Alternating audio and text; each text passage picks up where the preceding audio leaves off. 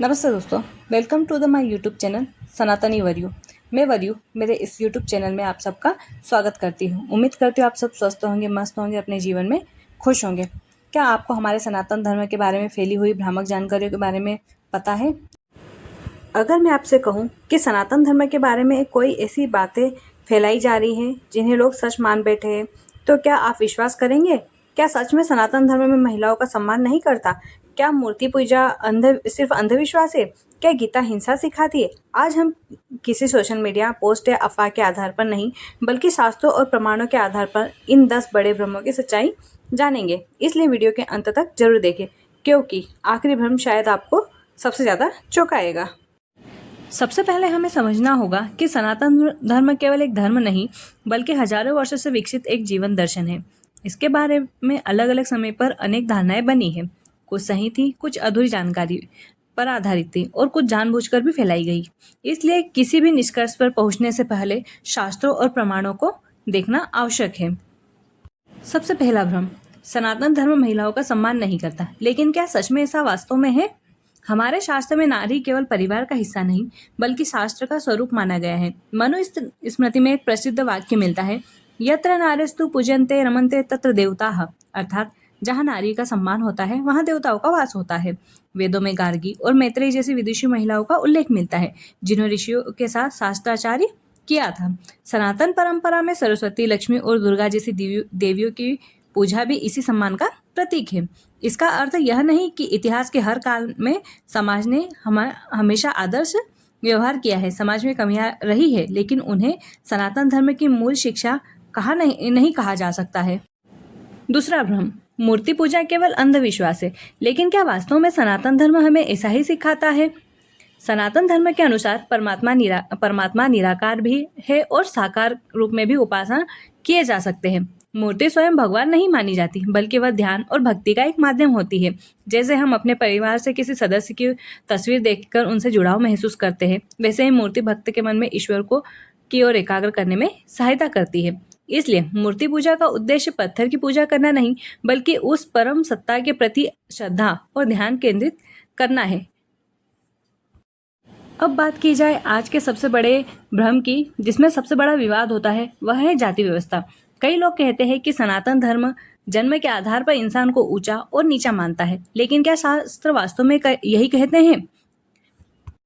श्रीमद् भगवद गीता के 4 अध्याय के 13वें श्लोक में भगवान श्री कृष्ण कहते हैं, चतुर्वर्णम मया सृष्टम गुण कर्म विभागशः, अर्थात समाज में 4 वर्ण गुण और कर्म के आधार पर व्यक्तिगत व्यवस्थित किए गए हैं।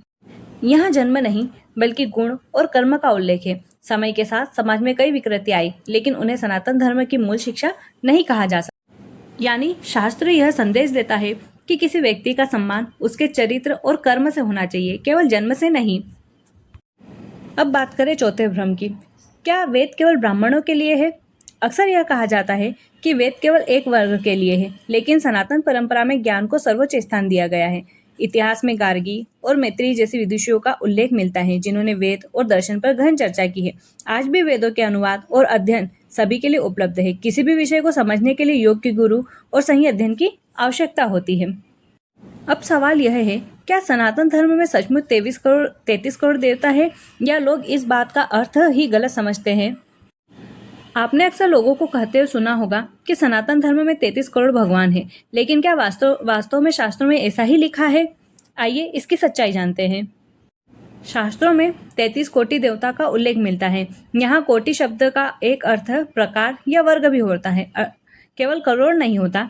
वैदिक परंपरा में 12 आदित्य, 11 रुद्र, 8 वसु, इंद्र और प्रजापति, इनको मिला के 33 देवताओं का उल्लेख है। समय के साथ कोटि शब्द को केवल करोड़ के अर्थ में समझ लिया गया है, जिससे यह भ्रम फैल गया कि सनातन धर्म में 33 करोड़ भगवान हैं।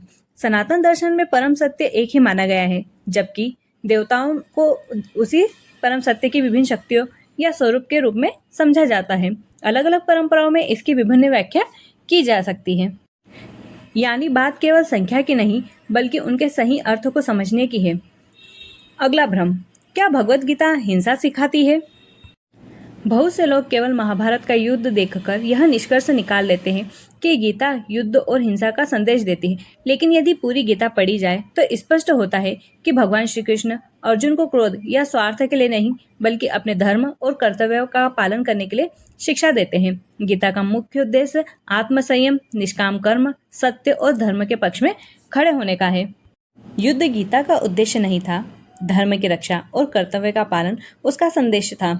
लेकिन क्या सनातन धर्म केवल भाग्य पर भरोसा करना सिखाता है और क्या यह विज्ञान के खिलाफ है?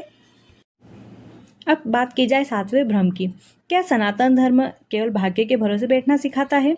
अगर ऐसा होता तो श्री कृष्ण अर्जुन को युद्ध भूमि में कर्म करने के लिए प्रेरित क्यों करते? भगवत गीता का प्रसिद्ध संदेश है कर्मण्यवाधिकारस्ते मा फलेस्तु कदाचन, अर्थात हमारा अधिकार केवल कर्म करने पर है, फल पर नहीं। सनातन धर्म भाग्य के भरोसे बैठना नहीं सिखाता बल्कि सही कर्म करने की प्रेरणा देता है। भाग्य भी हमारे पूर्व कर्मों का परिणाम माना गया है, इसलिए वर्तमान का श्रेष्ठ कर्म भविष्य का श्रेष्ठ भाग्य बनता है। यानी सनातन धर्म आलस्य नहीं पुरुषार्थ सिखाता है। अब बात की जाए जो सनातन धर्म के बारे में 8वां भ्रम फैला है, वह है सनातन धर्म विज्ञान के खिलाफ है। भारत के प्राचीन परंपरा में गणित, खगोल विज्ञान, आयुर्वेद, योग और दर्शन का गहरा विकास हुआ है। आर्यभट्ट, सुश्रुत, चरक जैसे विद्वानों ने ज्ञान के अनेक क्षेत्रों में योगदान दिया है।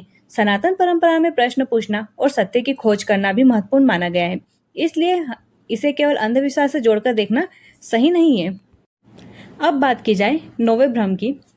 सब कहते हैं हमारा सनातन धर्म केवल भारत तक सीमित है, लेकिन ये सरासर गलत है। आज योग, ध्यान, भागवत गीता और उपनिषदों का अध्ययन दुनिया के अनेकों देशों में किया जाता है। अनेक लोग भारतीय संस्कृति से प्रेरित होकर इन ग्रंथों को पढ़ते हैं। इसका अर्थ यह नहीं है कि सभी लोग एक ही परंपरा को मानते हैं, बल्कि यह दर्शाता है सनातन दर्शन के कुछ विचार विश्व भर के लोगों को आकर्षित करते हैं। लेकिन अभी भी सबसे बड़ा भ्रम बाकी है, वह यह है क्या सनातन धर्म केवल धर्म है या जीवन जीने का एक मार्ग है? इस अंतिम प्रश्न का उत्तर पूरे वीडियो का सबसे महत्वपूर्ण हिस्सा है। सनातन धर्म का अर्थ है जो अनादि है, अनंत है और जिसका अंत नहीं है। इसलिए सनातन धर्म केवल पूजा पाठ तक सीमित नहीं, बल्कि यह हमें सत्य बोलना, माता पिता का सम्मान करना, प्रकृति की रक्षा करना, सभी प्राणियों के प्रति करुणा रखना, ईमानदारी से कर्म करना और आत्मा की उन्नति का मार्ग दिखाता है। यही कारण है कि अनेक विद्वान इसे केवल एक धर्म नहीं बल्कि एक जीवन जीने का दर्शन भी मानते हैं। अलग अलग लोग इसकी अलग अलग व्याख्या कर सकते हैं, लेकिन इसके मूल में सत्य, धर्म, करुणा और आत्म विकास जैसे प्रमुख सिद्धांत है।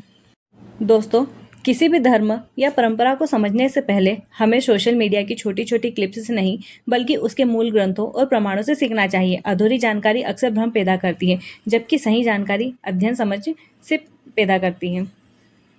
अगर आज इस वीडियो में आपको कुछ नया सीखने को मिला हो तो अपने परिवार और दोस्तों के साथ जरूर साझा करें। हो सकता है इससे किसी के मन का भ्रम दूर हो जाए। कमेंट में जरूर लिखिएगा कि इन 10 भ्रमों में से आपको कौन सा भ्रम सबसे ज़्यादा सुना था। और अगर आप सनातन धर्म, वेद, उपनिषद, गीता और भारतीय संस्कृति शास्त्र के आधार पर ऐसी ही जानकारी चाहते हैं तो हमारे चैनल सनातनी वर्यु को सब्सक्राइब करना ना भूलें। जय श्री महाकाल, हर हर महादेव। मिलते हैं आपसे जल्द ही एक अगले वीडियो में। धन्यवाद।